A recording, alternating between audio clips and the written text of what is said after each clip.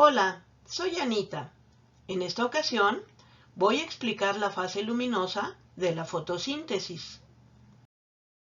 La fotosíntesis es un proceso anabólico o de construcción de moléculas. De hecho, corresponde al proceso anabólico más importante de nuestra vida, ya que se forma el material nutritivo que sustenta toda la vida de nuestro planeta. Con este proceso se forman moléculas orgánicas complejas de alto nivel energético, a partir de moléculas inorgánicas simples, tal es el caso del dióxido de carbono y agua, por medio de la energía solar. Es un proceso realizado por organismos autótrofos, como es el caso de las plantas y las algas, y corresponde a la principal reacción endergónica de nuestro mundo. Este proceso se lleva a cabo en los cloroplastos de las células vegetales eucariotas. Se caracteriza por tener dos membranas, una membrana externa y una membrana interna. Entre las dos se encuentra un espacio intermembrana. Dentro de ellas se encuentran unas estructuras vesiculares llamadas tilacoides, las cuales se organizan en apilamientos llamados grana. Al espacio que hay en esta cavidad interna se le conoce como estroma, donde existen reacciones importantes de fijación de dióxido de carbono. También existen moléculas de DNA cloroplasmático y ribosomas. Ambos son muy específicos de estos cloroplastos. Quiere decir que nada más los encontramos presentes en estos cloroplastos, no en toda la célula. Si observamos la parte interna de uno de estos tilacoides, vamos a ver que está formada por una membrana que le da forma y un espacio interno llamado lumen. Estas dos partes son importantes porque son las que van a generar energía en este proceso de fotosíntesis. Todos los organismos autótrofos utilizan una molécula como donadora de electrones para poder reducir el dióxido de carbono y siempre existe un residuo de esa molécula que ya no les sirve y por lo tanto lo desechan. La mayoría utiliza el agua como molécula donadora de electrones. Aquí vemos los dos hidrógenos que van a ser los responsables de liberar los electrones para poder reducir este dióxido de carbono, formar este carbohidrato y el residuo de esta molécula, que es el oxígeno, sale como oxígeno molecular y es un desecho de este tipo de organismos. Algunas bacterias utilizan el sulfuro de hidrógeno o ácido sulfídrico y por lo tanto, después de ceder estos dos electrones para reducir el dióxido de carbono y formar el carbohidrato, desprenden moléculas de azufre. Algunos otros organismos utilizan el alcohol isopropílico, por lo tanto estos dos electrones van a reducir el dióxido de carbono para formar este carbohidrato y el resultante de esto sería una acetona, que es la molécula que desechan. De esta manera vemos que existen varias moléculas donadoras de electrones y por lo tanto el residuo también va cambiando. El proceso de fotosíntesis se realiza en dos fases. Tenemos la fase luminosa, que son las reacciones donde ocurre una transferencia de electrones, en la cual están involucrados la energía solar, varios tipos de clorofila y pigmentos accesorios, y se realiza en la membrana de los tilacoides. Se desarrolla un proceso electroquímico que permite la síntesis de energía en forma de ATP en el estroma del cloroplasto. La otra etapa de la fotosíntesis se conoce como fase oscura y se caracteriza por llevar a cabo reacciones de fijación del carbono. Aquí se van a utilizar los productos de la fase luminosa para construir carbohidratos a partir del dióxido de carbono. Como es muy amplio el tema, ahora solo voy a explicar la fase luminosa. Esta fase es una vía metabólica con reacciones dependientes de la luz. En ella se van a producir moléculas de NADP reducidas y moléculas de ATP. Van a intervenir en este proceso las clorofilas A y B, además de otros pigmentos importantes presentes en la membrana de los tilacoides. Estos pigmentos accesorios son moléculas que presentan colores distintos a las clorofilas, que son de color verde, ya que su finalidad es ayudar a absorber la luz que la clorofila no puede hacer. Por ejemplo, tenemos a los carotenos y xantofilas, que tienen colores anaranjados y amarillos.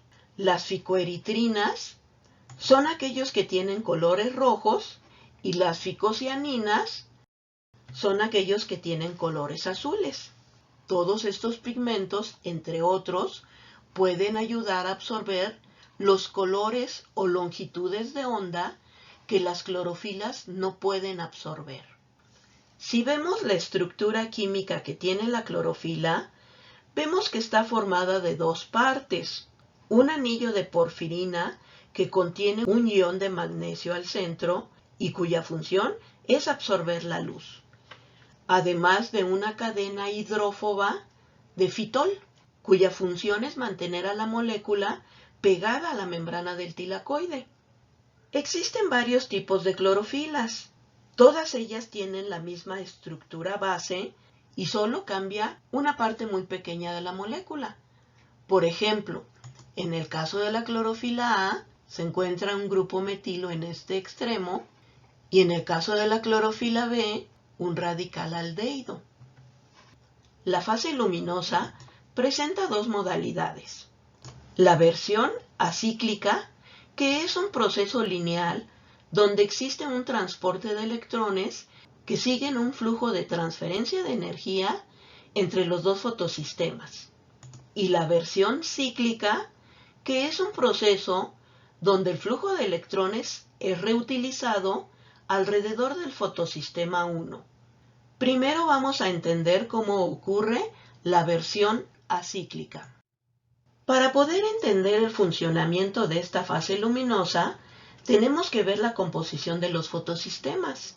Los fotosistemas son complejos proteicos capaces de captar la energía luminosa del Sol y transformarla en energía útil. Están conformados por un complejo antena que capta la energía luminosa y que se transfiere de una molécula a otra hacia el centro de reacción.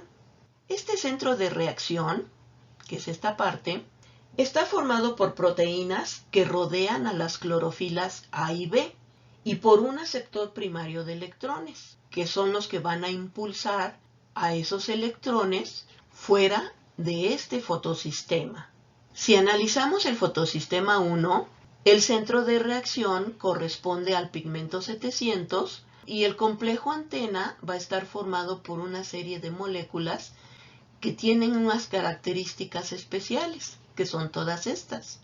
En el caso del fotosistema 2, el centro de reacción sería el pigmento 680 y el complejo antena estaría formado por estas otras moléculas y pigmentos.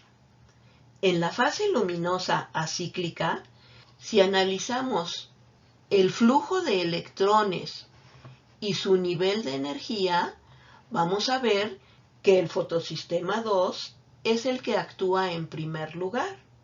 Y al ser estimulado por un fotón, se desarrolla energía de resonancia en el complejo antena. Y al ser transferida al pigmento 680, estimula los electrones de los enlaces dobles del ion magnesio, los cuales se excitan y salen alcanzando un nivel muy alto de energía hasta llegar a la feofitina, quien es el aceptor primario de electrones. Después pasan a una cadena de transporte de electrones, primero a la plastoquinona, con un nivel ligeramente más bajo de energía, luego llegan al citocromo B6F, donde se observa un flujo de protones, y sigue bajando el nivel de energía hasta llegar a la plastocianina, aunque aquí el nivel de energía es un poco mayor que el nivel que tenía el pigmento 680 cuando comenzó el proceso. En este momento, el pigmento 700 del fotosistema 1 es estimulado por un fotón y sus pigmentos antena emiten energía de resonancia que terminan excitando los electrones de los enlaces dobles del ion magnesio, los cuales salen alcanzando un nivel alto de energía hasta llegar al citocromo A, quien es su aceptor primario.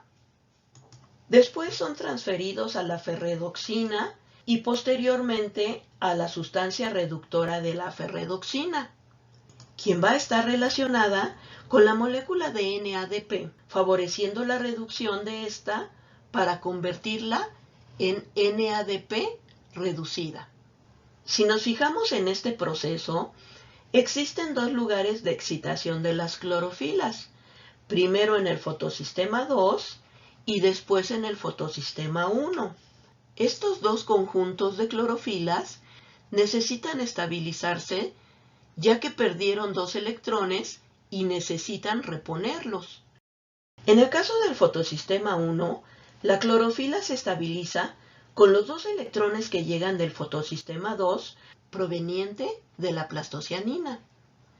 En el caso de este fotosistema 2, es necesario utilizar una molécula de agua que se rompa en sus componentes de tal manera que los dos electrones los tome y de esta manera se puede estabilizar.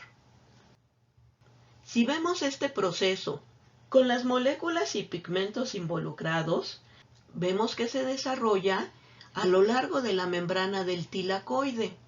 De un lado encontramos el estroma y del otro lado encontramos la parte interna del tilacoide, conocida como lumen. Vemos también las moléculas que conforman a los dos fotosistemas. Aquí vemos al fotosistema 2 con todos sus componentes, tanto del complejo antena como al pigmento 680, que sería su centro de reacción. Este es el fotosistema 1, también con sus moléculas que conforman al complejo antena, y el pigmento 700, que funciona como su centro de reacción. Además, vemos a las moléculas involucradas en la cadena de transporte de electrones, tanto del fotosistema 2 como del fotosistema 1. Y vemos por último otra molécula que es muy importante, conocida como ATP sintasa. Vamos a ver cómo funcionan todas estas moléculas. Cuando el fotosistema 2 recibe un fotón, libera dos electrones que son transferidos hacia la feofitina. Y para poder estabilizar a esta clorofila, se necesita una molécula de agua que se descomponga, cediendo sus dos electrones para que el pigmento 680 los pueda tomar y estabilizar su estructura. Los electrones que están en la feofitina son transportados a la plastoquinona, quien al recibirlos toma dos protones del estroma para poder reducirse y transformarse en plastoquinol. De esta manera, todo este conjunto pasa al citocromo B6F, que favorece el paso de estos protones a la zona del lumen. Después de esto, los electrones son transferidos a la plastocianina ya con un nivel más bajo de energía. En este momento, los fotones estimulan el fotosistema 1, donde el pigmento 700 libera dos electrones que son conducidos hasta el citocromo A y después a la ferredoxina, quien a su vez los transfiere a la sustancia reductora de la ferredoxina, que al recibirlos estimula a la molécula del NADP a reducirse para formar NADP reducido. Y con los electrones de la plastocianina se logra estabilizar el conjunto de clorofilas del pigmento 700. Después de todo este proceso, vemos que se van acumulando los protones en esta zona del lumen, tanto los que provienen de la ruptura de la molécula de agua como los que entraron a través de este citocromo B6F. Estos protones no pueden estar en esta zona, ya que tienen cargas positivas y se repelen unos a otros, de tal manera que van a buscar salir de este lugar. No lo pueden hacer a través de la membrana por esta carga positiva que llevan. El único lugar donde lo pueden hacer es a través de esta molécula llamada ATP sintasa. Este complejo es un grupo de moléculas que atraviesa totalmente la membrana y es capaz de sintetizar moléculas de ATP a partir de moléculas de ADP, pegando un grupo fosfato por medio de la energía suministrada por este flujo de protones. Funciona como un motor molecular que se mueve cuando los protones fluyen a través de él, generando la energía suficiente para pegar un grupo fosfato al ADP y formar un ATP. Todo esto se lleva a cabo en la fase luminosa acíclica. Vemos que el flujo de electrones va en una dirección hasta llegar a reducir el NADP, y la transferencia de todos estos protones genera moléculas de ATP. Ahora vamos a explicar la fase cíclica. En este caso solamente funciona el fotosistema 1. Este fotosistema 2 no interviene y por lo tanto no hay una fotólisis del agua. Vamos a explicar cómo ocurre. Cuando el fotosistema 1 es estimulado por un fotón, libera 2 electrones que son conducidos hasta el citocromo A y después a la ferredoxina. La diferencia es que esta ferredoxina, en lugar de transferirlos a esta sustancia reductora de ferredoxina, los va a transferir hasta el citocromo B6F, quien a su vez los transfiere a la plastoquinona, que atrae a 2 protones ubicados en el estroma para que todo este conjunto regrese al citocromo B6F para dejar pasar los protones y llegar de nuevo al pigmento 700. Y de esta manera se pueden dar vueltas con los mismos electrones y en cada vuelta se van a introducir nuevos protones a la zona del lumen, quienes al acumularse en esta zona buscarán salir generando la formación de más moléculas de ATP. Y de esta manera se pueden formar tantas moléculas de ATP que se van a utilizar en la fase oscura para poder elaborar un carbohidrato. Todo esto lo veremos después. Vamos a dejar hasta aquí esta explicación. Espero que te haya quedado claro todo este tema. Nos vemos en la próxima. Muchas gracias.